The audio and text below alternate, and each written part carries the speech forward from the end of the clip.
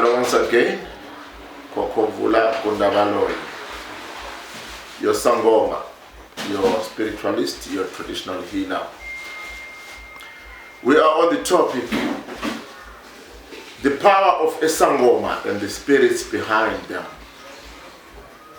The powers of Sangomas and the spirits behind those powers. Who is your key ancestor? And how did he manage things during his working life on earth? In your primitives, ancestors, is there anyone according to the stories of your family history, in your bloodline, who is said to have conquered in a life, or who had a true calling and the higher Sangoma powers, who possessed true Sangoma gifts and all the spiritual abilities, and achieved a lot in his Sangoma Inyanga traditional healer's life?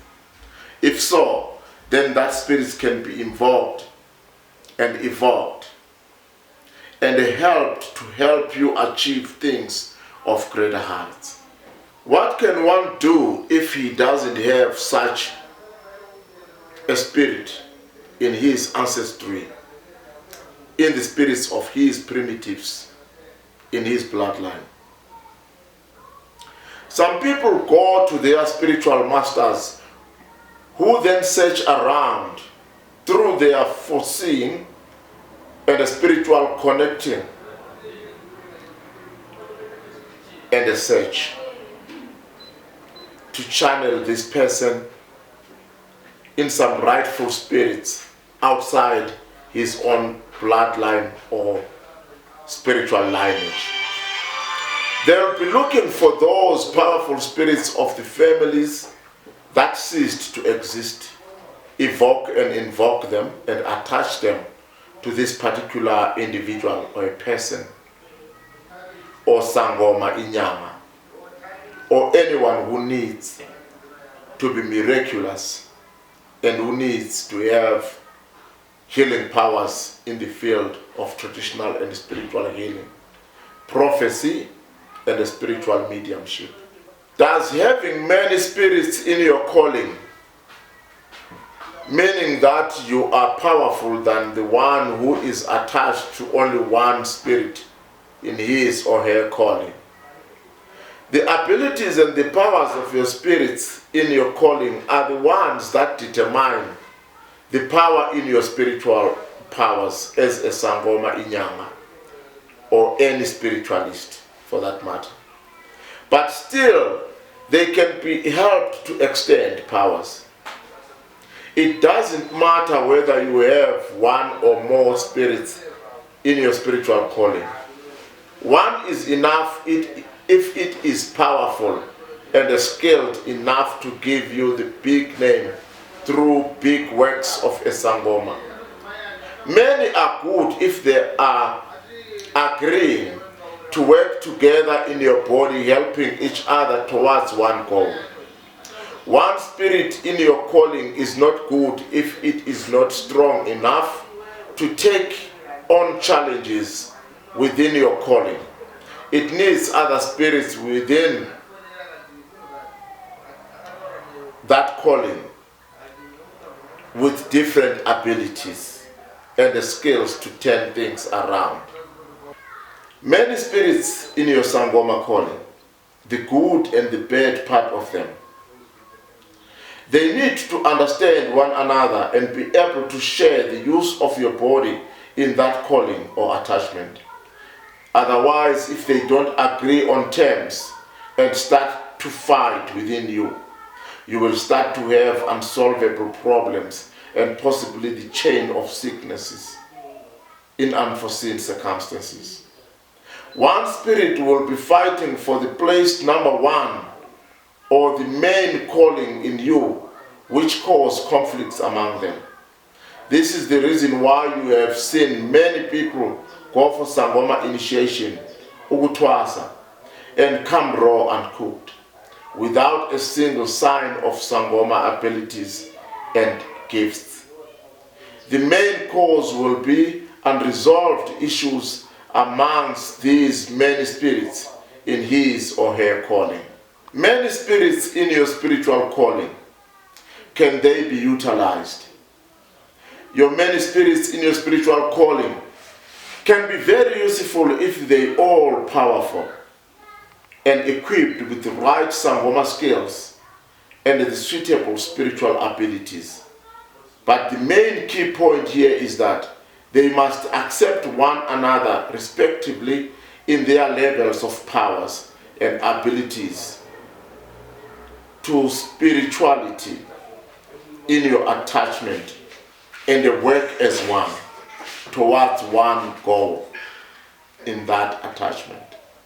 If they don't agree on the boundaries of operations within your body and in that calling, then you might experience spiritual disorders which lead to vulnerability to problems of all sorts. This is the reason why we have seen a lot of people dressed as Sangomas and thinking they are Sangomas, yet they are sick people with spiritual disorders. These people have messed up a lot of people's lives thinking they are helping them as Sangomas, yet in the actual fact, they have never been Sangomas. They have no Sangoma abilities at all and have never had any Sangoma calling, but only sicknesses. There must be in your many spirits, in your calling, the dominant, the most powerful one, the controlling, and the ruling one, as in all kingdoms in the working life. Then your soul and your spiritual calling.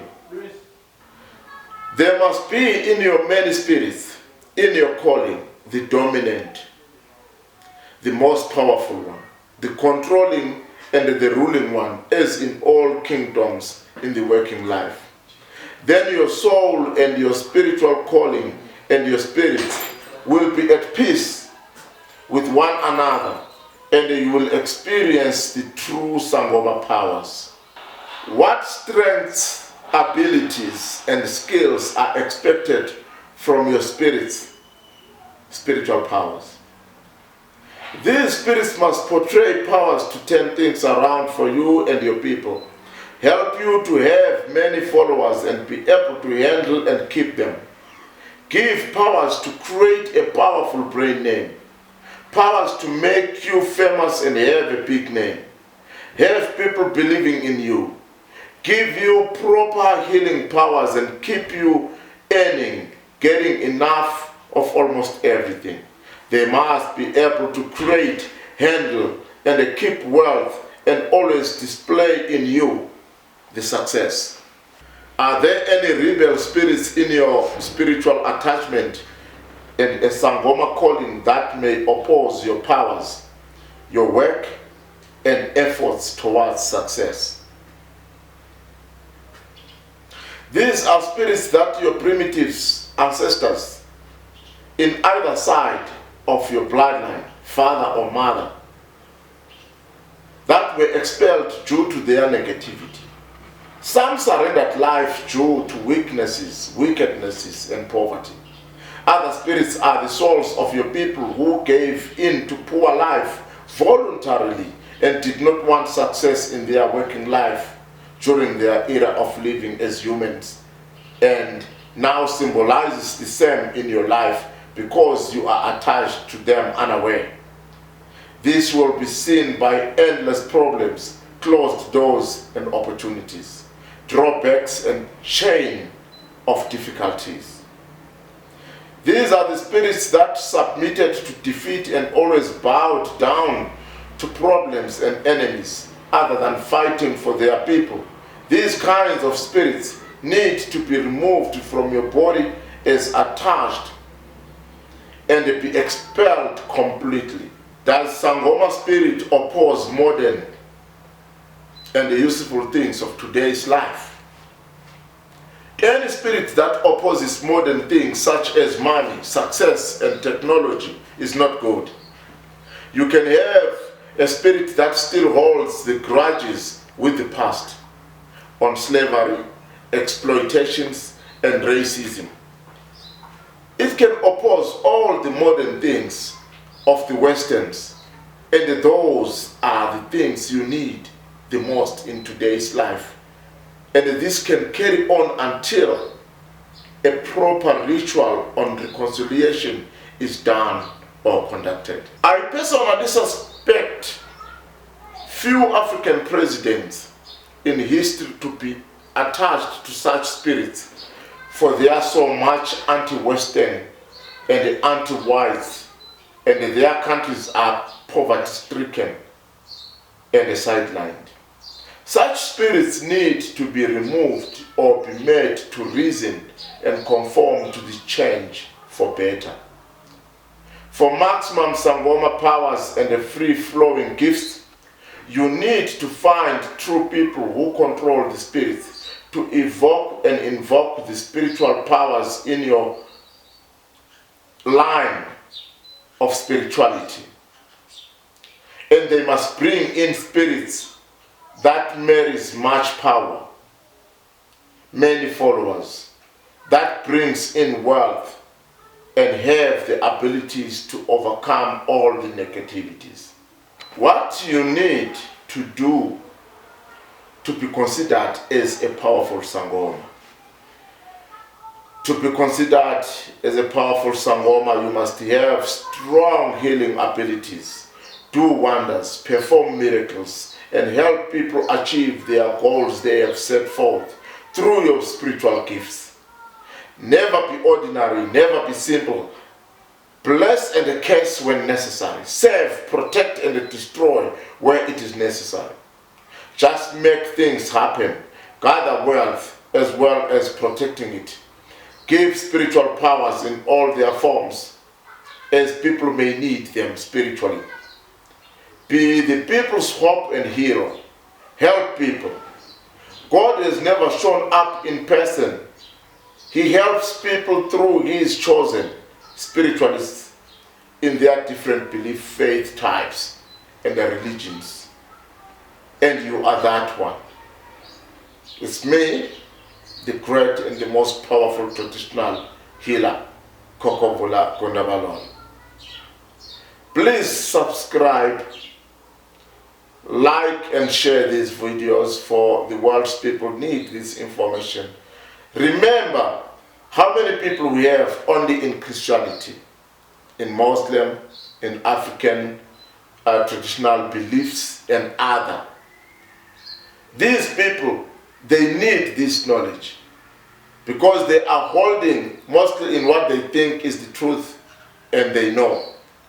Yet they need this truth.